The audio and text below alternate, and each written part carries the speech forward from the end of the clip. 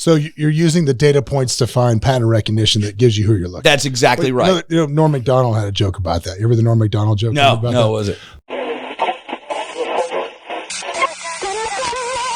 And now, Escaping the Drift, the show designed to get you from where you are to where you want to be.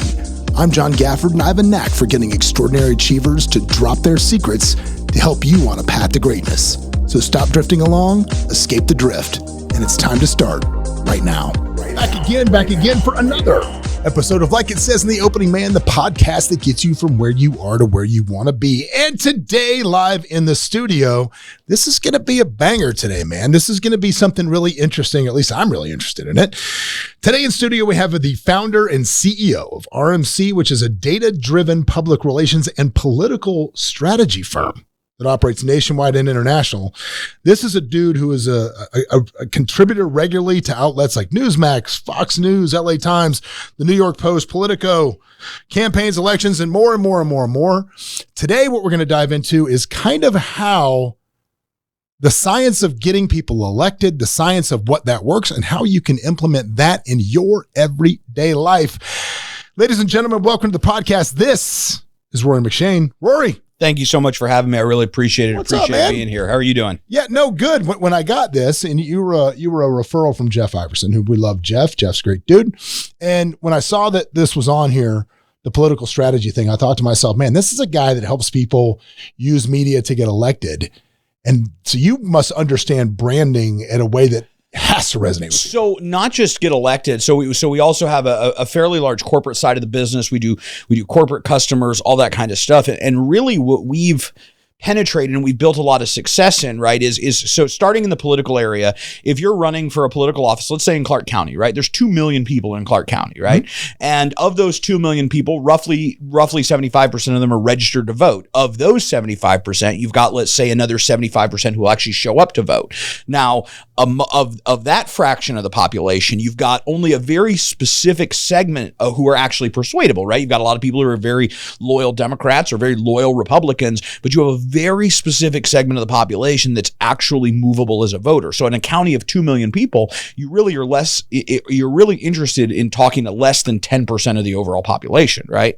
So similarly, then we took that and we applied it to marketing, right? One of our largest clients ever was a medical device manufacturer, right? So they're not interested in targeting everybody with advertising. They're not even interested in targeting every doctor, just like one specific segment of the medical industry that is a qualified customer for their product, right? So that's really been what we've done that's been innovative, is taking kind of the data that goes into political campaigns and saying, okay, how do we apply this to corporate customers, public affairs projects, so on and so forth. So how do you locate people that are movable?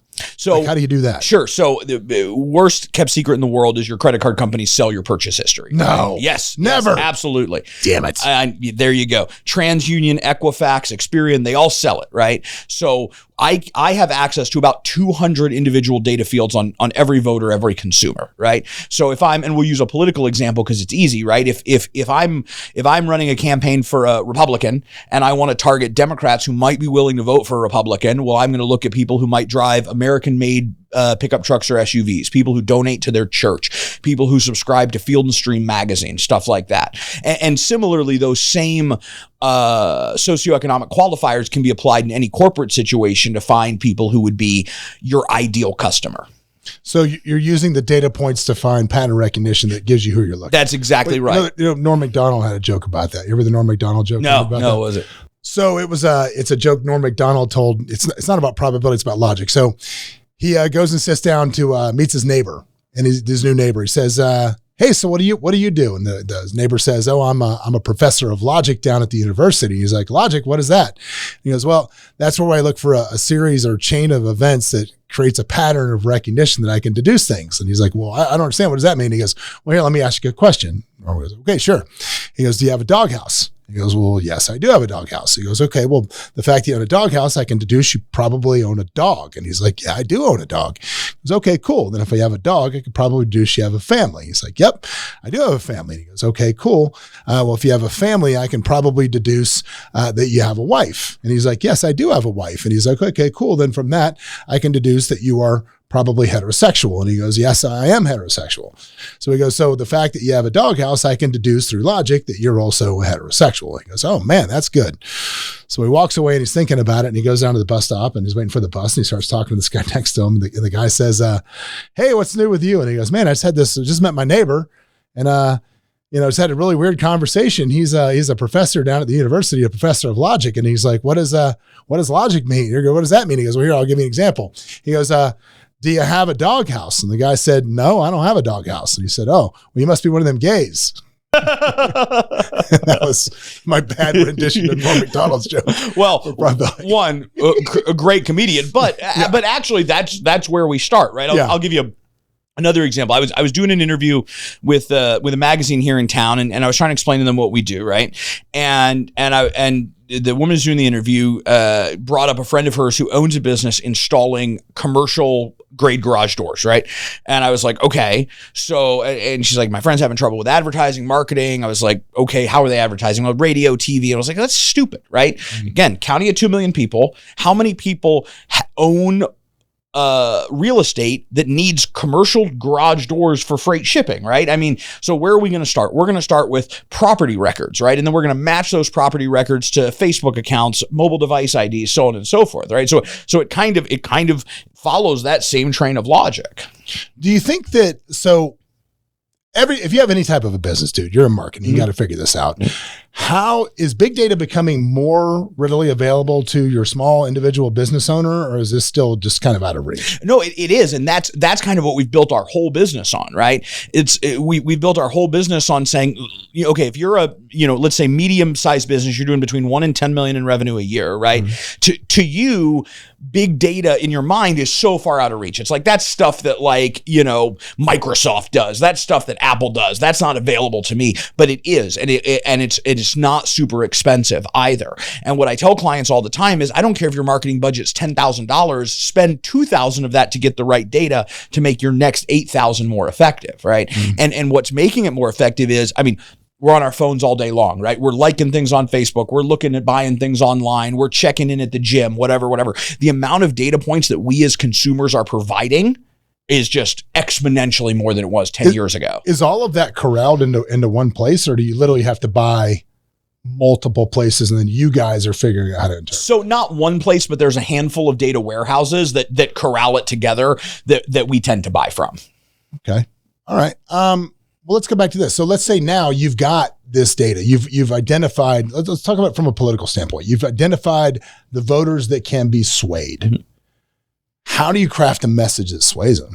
Well, so I'm going to go even a step further than that. The data is not just going to tell me who can be swayed, but it's going to tell me what they can be swayed on, right? Mm. So if I've got someone who's an upper middle class voter, right, what does that tell me about them? That tells me that their kid is probably in a public school, right? They probably live in a decent community, but probably not a gated community, right? Them and their wife both work, right? They're both commuting, right?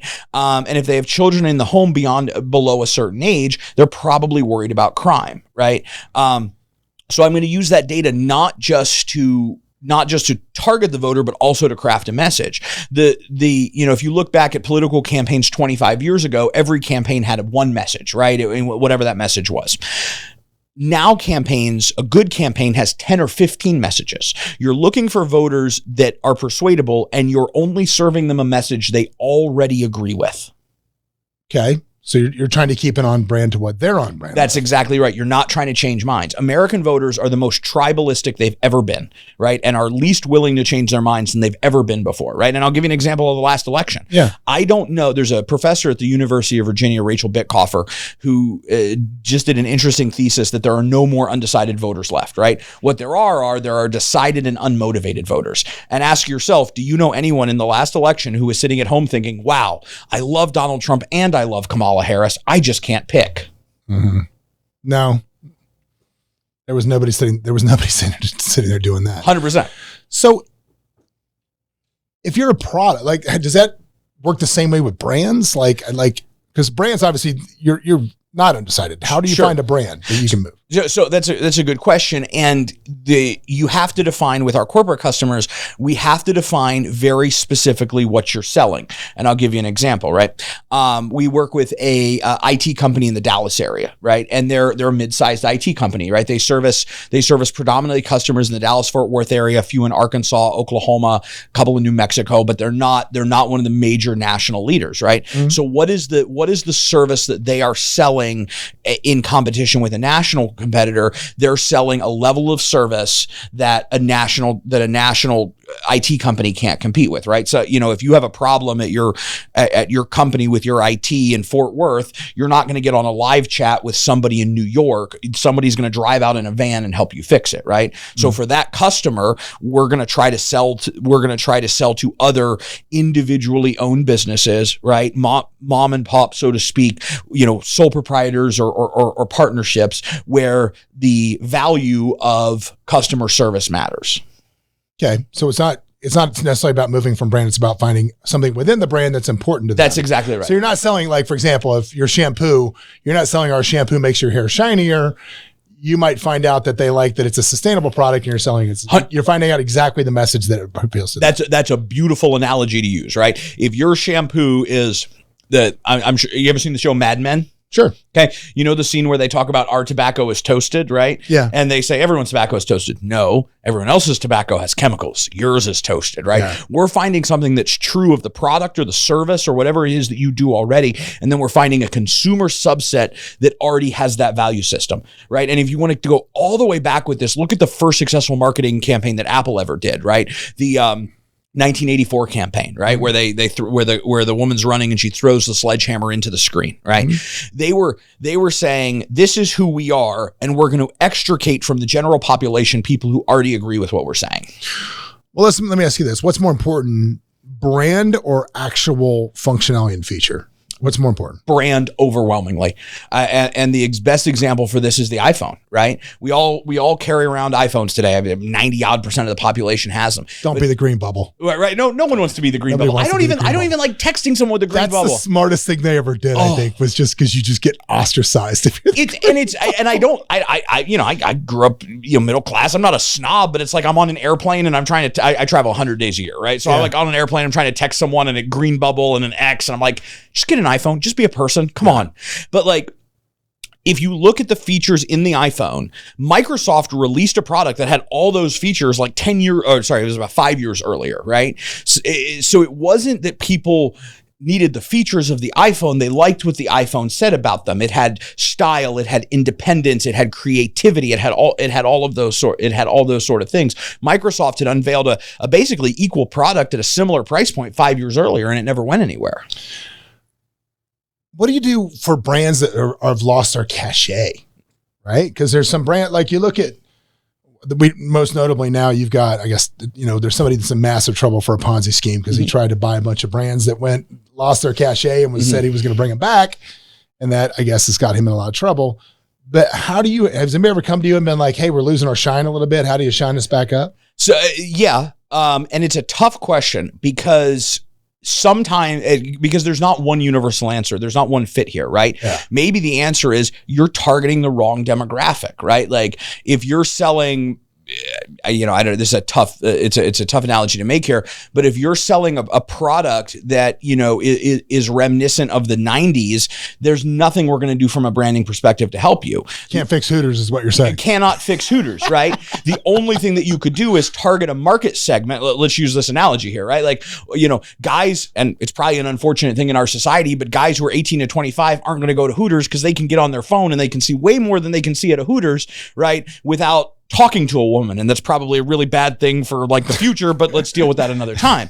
But what can we do here is we can change your targeting parameters. Okay, we're going to target men who are, 38 to 50, who the idea of going out with their buddies and having a beer and some chicken wings and seeing a good looking gal, that really appeals to them, right? And they don't want to get on their phone and see a naked girl on an app, right? So there are some brands that you can't fix. All you can do is shift their targeting parameters. So I don't know where those guys, Utah, I don't know where those guys would be. We'll figure it. I'm not sure. So let's talk about how you built this business and how it started. Where did you start? How did you get into this? some combination of desperation, idiocy, and refusal to quit. I mean, some combination of piss and vinegar and bullheadedness. I've been in this industry the majority of my working life, right? Worked in as a kid, worked in a window factory, worked construction, did that stuff, kind of climbed my way up this industry. I was a senior, I was an executive at what at the time was the largest political media firm in the country based in Austin, Texas. Got a phone call on Christmas Day. Hey, it's so-and-so. Remember we used to date? Yeah, vaguely. Anyways, you're going to be a dad. Oh shit, right? Yeah. Fuck. At the time that job at that advertising firm was the best job I'd ever had in my life. Made six figures for the first time, all that cool stuff. And it was 24 and that was a cool spot to be in, living in Austin. So then I'm flying back and forth from Austin to Vegas, to be a dad and try to run this, this division of this company. I was running a pretty large division of it, and owner of the company, guy's a good friend of mine today, said, look, this isn't working. Like, I hired you to run this division of my company and you're at best in the office 2-3 days a week. Parted ways very amicably, still good friends today. Started calling around to competitors, started to see, who wanted to hire me. Nobody jumped on the wonderful offer that was me, right away. And I kind of, there's an old joke that consulting is a fancy word for being unemployed, right?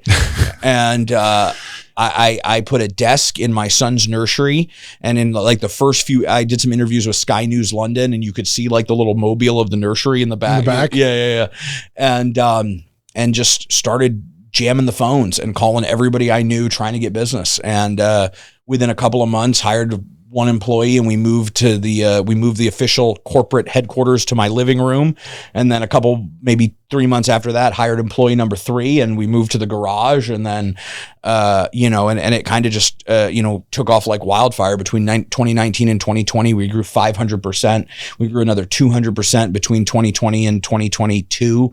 So when they're coming to you, are they wanting just data audience stuff, or they want creative? Do they want the whole thing? It depends. And one of the biggest lessons I've had to learn in my career is stop telling people what they need, right? Listen for what they want, right? Because I always want to be like, no, you're screwing up everything and pay me to do it, right? There are some people who just want the data. They're like, they are very confident in what they want their message to be. They want to know who to take it to. There's other people who they want the message and the data, but their cousin's son's brother once produced a video, so they want him to do the creative. There's other clients who say, here's the check, call me when it's done. Tell us what you need to do. Yeah, exactly. So all gambit of those services. Yeah, it's funny. I always find that people that just trust the process more than anything else always have the best results, rather than people that want to tell, it's like in real estate, when people come in here and they're like, look, there's 2 ways we can do this. We can lean on my 20 years and thousands of homes sold, or we can do it your way because you've bought 2 in your life, 3 in your life. Promise you, if you do it my way, you're going to have a better experience and it's going to go smooth. But I think people just think they have an opinion on what they want it to be, and it's harder. How hard is it to take somebody else's message that's already crafted and build an audience around it? It's very difficult. Well, so let me. One, I just want to second what you said 1,000%, right? And my side business is, I own a lot of rental properties, both here and in Texas. And it took me a long time in that area to learn that, right? Like, I'm a reasonably successful guy in other areas of my life. And I know a little bit about running rental properties. I know nothing about real estate purchase other than I've done it a number of times, right? And people in, I think, every field assume that their expertise in whatever field it may be, they're a great doctor. Great. Doesn't make you a great real estate guy. You're a great pilot. Great. Doesn't make you great at advertising, right? But they assume that a competency in one area of their life translates to another one, and is a disaster. Well, that's the entrepreneurial red flag, which is you'll hear somebody say something and be like, I could totally do this. I can figure this out. Yep.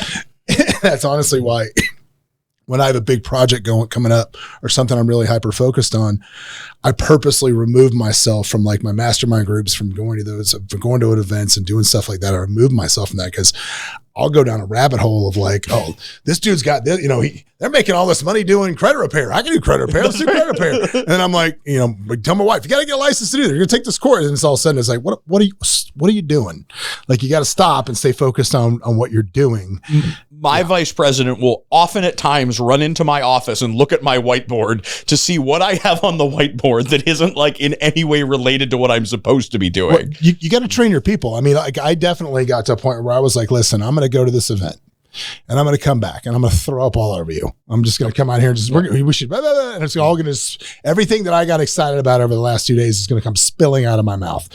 We're probably going to implement maybe 5% of it because it's practical and applicable to what we are actually doing. Yep. So when I start spilling out all of this stuff that I heard, please don't start working on stuff because I'm probably just going to unwind it in a day anyway. So stop. Argue with me about this. Please tell me why I'm wrong. Tell me why. You have to. I have almost wrecked my business multiple times doing that. And we had a project one time in Florida doing a signature collection, right? Not a marquee service we offer, but there was a huge corporate client. They desperately needed people on this project.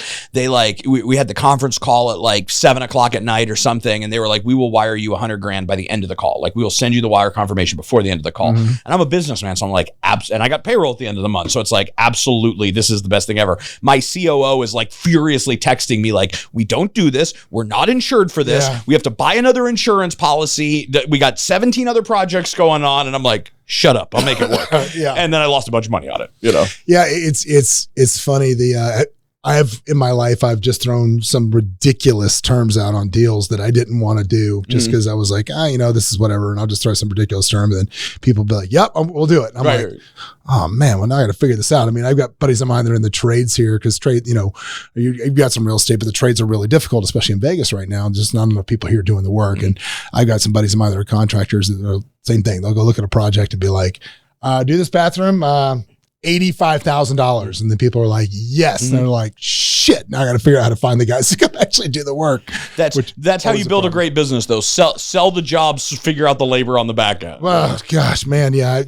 Or that's how you lose a bunch of money, which I have been known to do on time from house to house, which is it. So in your business, man, was there a time like as you're scaling up where you had to say like, whoa, hang on a second, let's stop and I'm going to rip this apart and rebuild it to make it more efficient? Yeah. I mean, so we had, like I said, we had an incredibly successful 2022. And, I've always had a bit of a strain of, tell me I can't do this through me, right? And I decided I was going to take the money we made in 22, which was a lot of money, and I'm going to build the next big thing, right? I'm going to be one of the biggest players in this business in 2 years. And I take all that money and I start hiring people. I start buying up firms around the country. I start hiring people in markets we'd never worked in. We opened an office in Oxford, Mississippi for a little bit of time. I hired an executive team to manage all of this, and it got, good people, wrong team, hiring people that weren't aligned with the goal, with just the goal of like, I want to be bigger. I want to be, I want to go to the next level. I want to compete on that level. And it got to the point where, maybe 4 months into that process, I'm getting customers complaining like they paid for ad buys that weren't delivered, right? Like, and I hate that. Like, I feel like when a customer gets, I feel like it's me personally stealing from you, right? If you pay me for something and it doesn't happen, I feel. So I held my entire staff, which at that point we had probably about 33 people, on a Zoom call till 2:00 in the morning, where I went through every single invoice that had been paid in like the last 90 days. Was it tracked? Was it delivered? Was a report delivered to the client afterwards? Why isn't this in the system? Do. And we just had to, and we really had to go back to square one, and we had to kind of admit that that we failed at that. We tried to do something. We tried to do it the wrong way for the wrong reasons, and we failed at it. Mm-hmm. Yeah, it's funny you talk about personal responsibility, because I think one of the things that, God, it's just been getting worse, I think, as time goes on, especially since COVID, was so many people.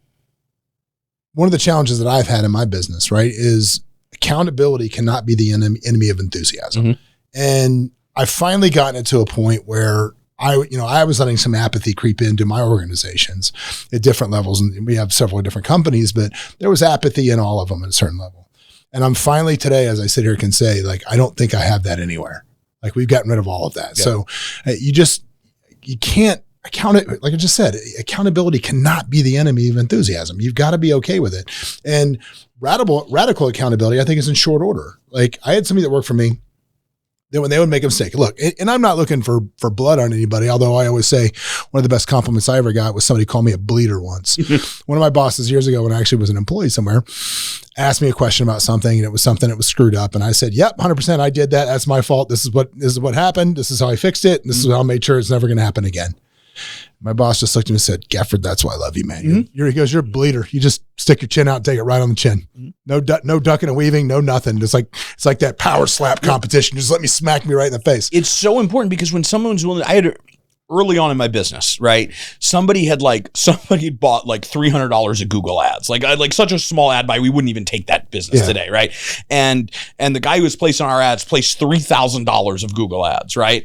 And and this is like, I don't know, maybe we're 10 months in at this point. $3,000 was a lot of money at that time, right?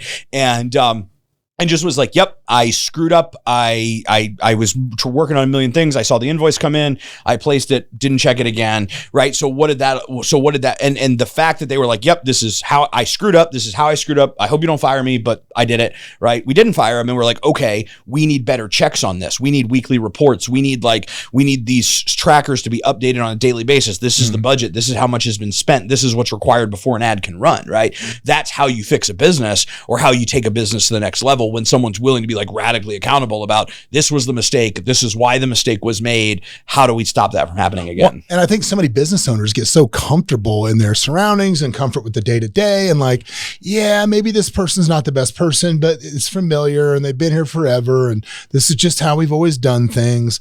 And that perpetuating those problems into the future is like you said, what wrecks your business. And what I have always found is when I am even when every fiber of my being is saying, man, getting rid of these people is going to make your life difficult for a while. It's going to make it harder. I have always found that my business has come out on the other side of that so much better, because when you really start getting into those places, like you said, where apathy is creeping in or efficiency is not there, and you're like, wait a second, this is how we do this. This is dumb. Or maybe there's a tool now that was available that wasn't available 8 years ago when you set this system up, that you're like, why are we doing it this way when we could do it this way? And I've always found that kind of tearing it apart makes it better.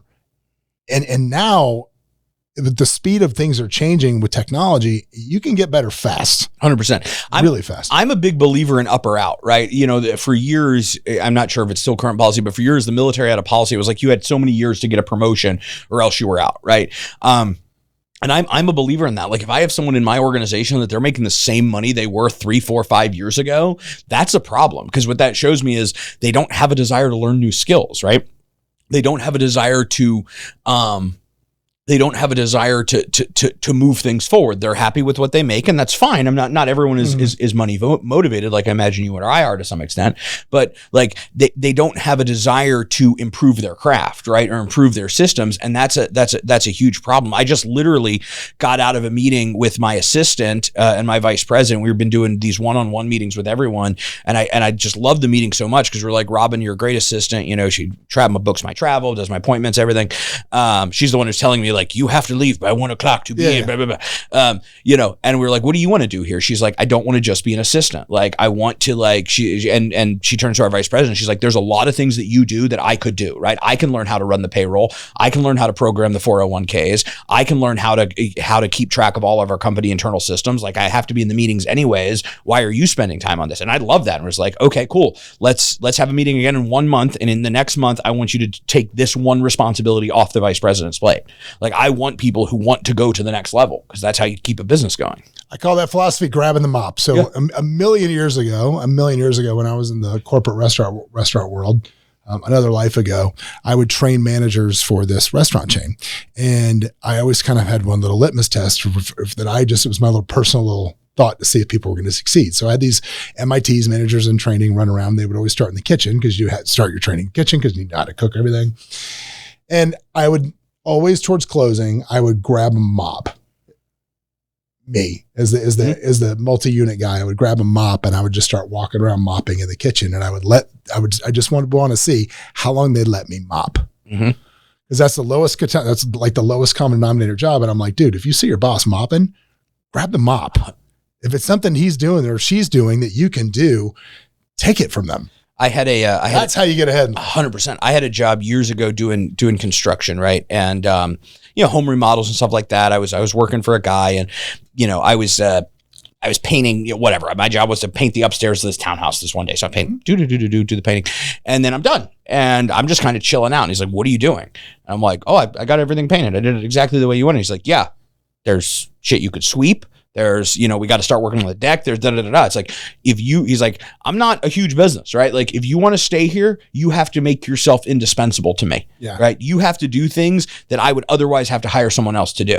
And it made a lot of sense. And that's what I tell my guys who work for me now. I'm like, you become indispensable to me, you'll never need another job again. Yeah, I don't remember where I heard this the first time. I can't remember.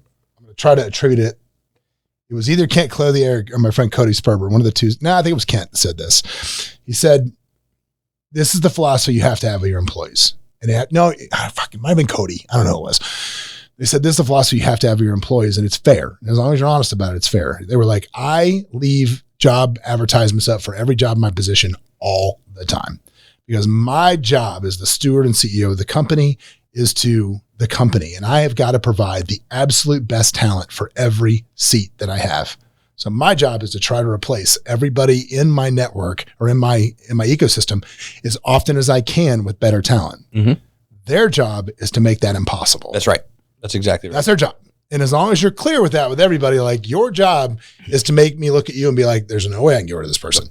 Your job is to make me, the quickest way to get ahead in my organization has always been like, be a guy who always wants to learn the next task and always puts their hand up. The guy who's my vice president today started as an intern years and years ago.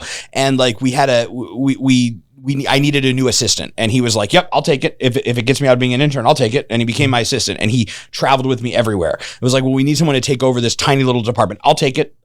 Like, and he just learned every skill, boom, boom, boom, boom, boom. And I hate to say it, but like, now I'm in a place where it's like, when I go into salary negotiations with that guy, I'm disadvantaged because it's like, wow, this guy knows every facet of my company because he's volunteered every time. And that's how an employee gets better. Yeah. Well, let's back up a little bit, because you said you were painting houses or working construction.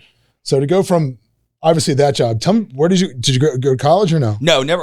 Cool. I went to college for like 3 weeks. Okay. And they wanted me to pay money to go there, and I wanted to make money. So we were at like a philosophical loggerhead. And that was the end of my college experience. What was your grades like in high school? Oh, it's terrible. I think I graduated high school with a 1.6, something like that. 1.6. I actually did not have enough attendance days to graduate high school, and I was a little bit of a problem child. And the vice principal of the school was like, "We're going to say you were here for 2 more days so you can leave." Like, that was how that went. Dude, yeah.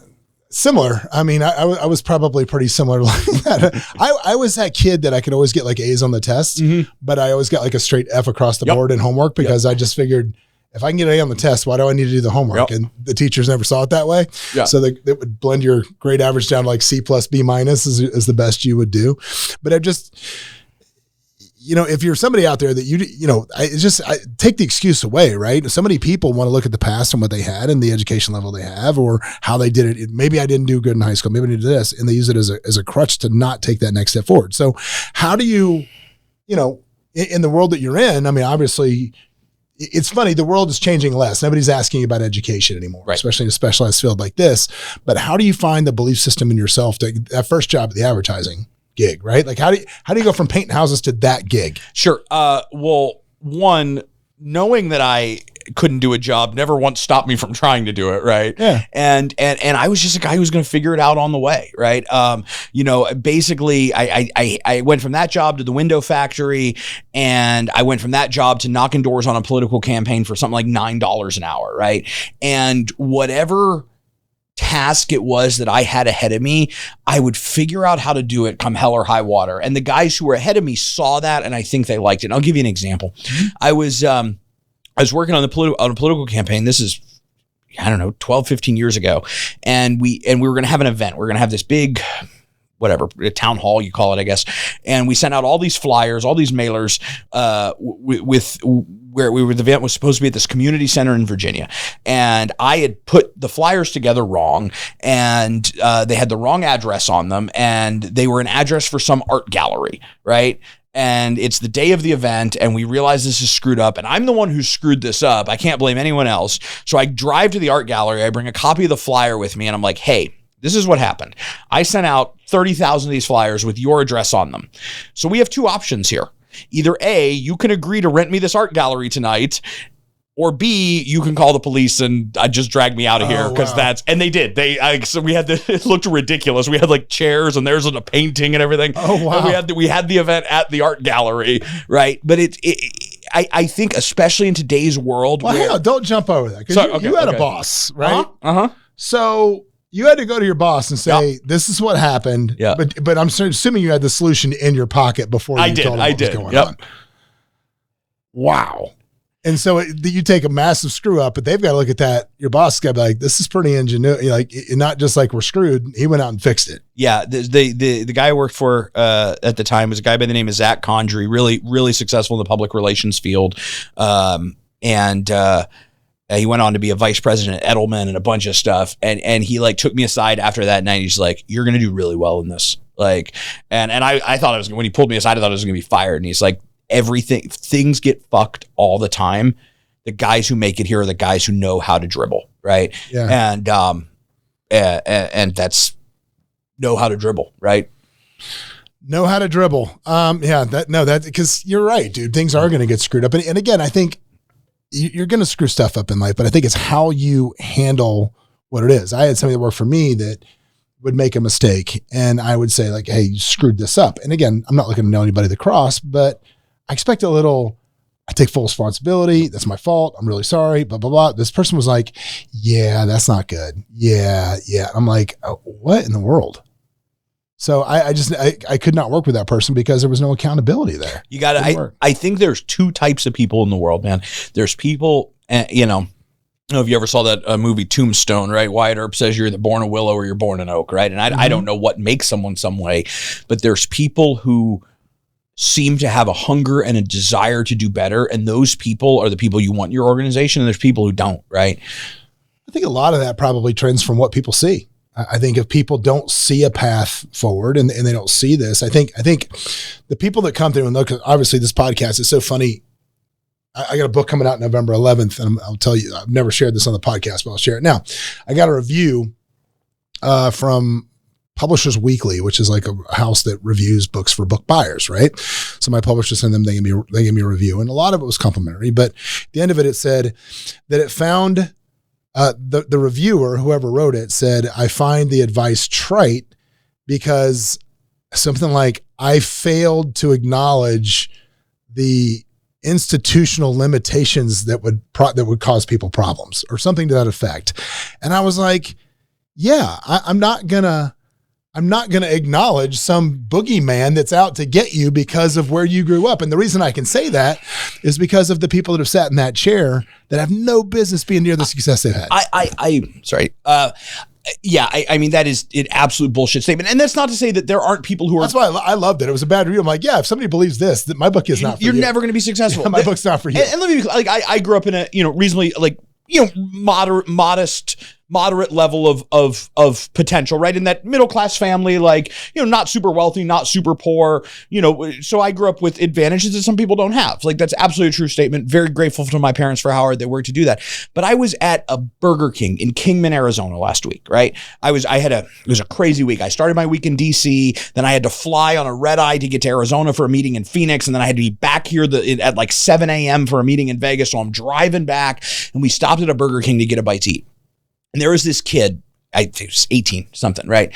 I've eaten some of the nicest restaurants in the country. And this kid was more motivated as a waiter at the Burger King than I've seen at like the Capitol Grill. This kid's coming out like, can I refill your drinks, gentlemen, at a Burger King in Kingman, Arizona. I gave him my card. I said, you ever want a job, I'll put you somewhere in my organization, right? And I don't know what that kid's going to do in his life, but that kid at the Burger King in Kingman, Arizona is going to be on this couch one day because he's that type of guy with that attitude, and opportunities will attract them to him.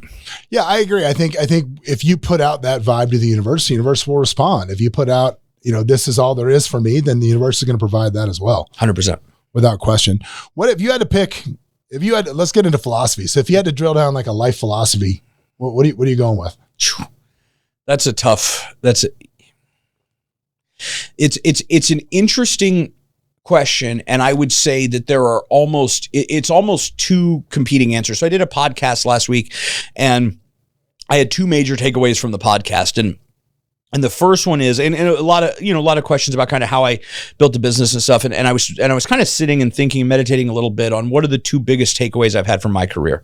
And the first one is you have to be completely fucking undefeatable, right? And what I mean by that, like you said, like I said, we all have problems in business. There's all the deals that fall through. There's the employees who betray you. There's the loan that doesn't come through. Like we all have that stuff. And the only difference between those of us who succeed and those of us who don't is the pure, complete unwillingness to quit, right? Mm-hmm. The absolute unwillingness to say, okay, I'm not going to jump off the bridge. I'm going to figure this the fuck out, right? And the second one is, and I haven't codified this as well in words, is I spent a lot of my career, because we had a lot of success when I was very young, not giving people the respect that they deserved, right? And what I mean by that is like people who I didn't agree with, or people who I thought were wrong, or I didn't take the time to listen to them and respect their ideas. And I used to have a guy who worked for me, who was chief of staff at our company. His personality, very good friend, his personality is very different from mine. And I kind of poo-pooed his ideas, right? And I did it with the idea of like, well, I'm so successful, I've built this, you haven't. Do it my way. Mm-hmm. And that guy started a competing firm. They're doing very, very well right now, based out of DC. Guy's doing wonderful. And I don't know, maybe had I given his ideas a little bit more of a chance, a little bit of a runway to prove themselves, that business would be part of my business today instead of being a competing business. It's funny. It's the second time I've heard that almost exact story in here from somebody else. Somebody else told that almost same story about their business. And it was their, I think that the question was, what's your biggest regret in your business? And it was like somebody that young person that was very bright. They wanted to like put forth their ideas, and they shot them all down all the time. And then eventually, because they didn't feel inclusive to the mission of the business, and if like they were contributing to the mission of the business, they wanted to go off and form their own mission. And that's what happened. He says, man, that was always my biggest regret with that. Yep. And I love what you said about, the refusal to quit, because I love what Alex Hormozy recently said about that, which was, what drives him is when things get really hard and you want to quit, he doesn't really think about quitting. He thinks, this is the moment when all my competitors are quit. This is when everybody else quits, right here. Where everybody else quits. This is when everybody else quits, right here. One of the things I think about a lot is, both successful business guys, we both had our fair share of hardships, right? But I think back about like, my ancestors and my bloodline, like these guys who overcame the potato famine in Ireland. My grandfather washed dishes in Hell's Kitchen, enlisted to go to Vietnam, right? So he could build a better life for his family. Because, you're a child of Irish immigrants, you got no education, you're poor. That's the only way you're going to get out of that life. And it means you got to go to the hellhole of the world for a couple of years to do it. Mm. And like, I have an obligation, I think, to my bloodline, to the people who sacrifice so that I could be here today, right? And if I'm going to quit when the loan doesn't come through, the customer backs out, the employee starts his own company, whatever, right? I think that's a betrayal of the people who sacrificed so that I could sit here today in this interview. Well, I think more people should look at it that way. I mean, I think you have a responsibility not just to the people that came before you, but you have a responsibility to your future self. 100%. And I mean, again, like with my book, people ask me like, what's the concept of it? I'm like, it's its user's manual to my dipshit 27-year-old self. Yeah.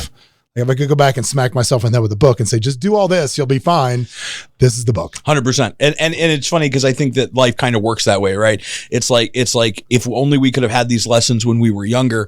And I love the title of your podcast and the title of your coming book, because that's so much of life. It's like being able to keep yourself from drifting into this place of complacency and irrelevancy, right? And a level of discipline, of fortitude, whatever you want to call it, to keep yourself from doing that. Well, the biggest problem, I love what Erwin McManus, who was in here, said about this. Erwin goes, man, I love what you talk about when you talk about the drift, because he goes, the reason that the drift is scary is because you're still moving. Mm-hmm. So most people feel like, oh, I must be making progress. This must be, something good must be happening, until they look around and realize, oh my gosh, wait a second, I'm way away from where I thought I was going. I heard an expression when people say they're coasting, you can only coast downhill. That's right. Yeah. I love that statement. You can only coast downhill. All right, well, brother, if they want to find you, how do they find you? Our website, rmcstrategy.com, Twitter, RK McShane, Instagram, rory.k.mcshane, easy guy to find. Cool. Well, man, thanks for coming in. I appreciate it. Hey, I really appreciate you having me. This has been a lot of fun. Listen, if you watch this today, it's pretty simple for what we're doing. If you wanted your brand to go well, don't market to the masses. Find people that can be resonant to what you're saying. Find a message that resonates with them, and then your product should take off. And then also the second part is be accountable to yourself, be accountable to others, because accountability is what's going to get you where you want to go. We'll see you next week. What's up, everybody? Thanks for joining us for another episode of Escaping the Drift. Hope you got a bunch out of it, or at least as much as I did out of it. Anyway, if you want to learn more about the show, you can always go over to escapingthedrift.com. You can join our mailing list. But do me a favor, if you wouldn't mind, throw up that 5-star review, give us a share, do something, man. We're here for you. Hopefully you'll be here for us. But anyway, in the meantime, we will see you at the next episode.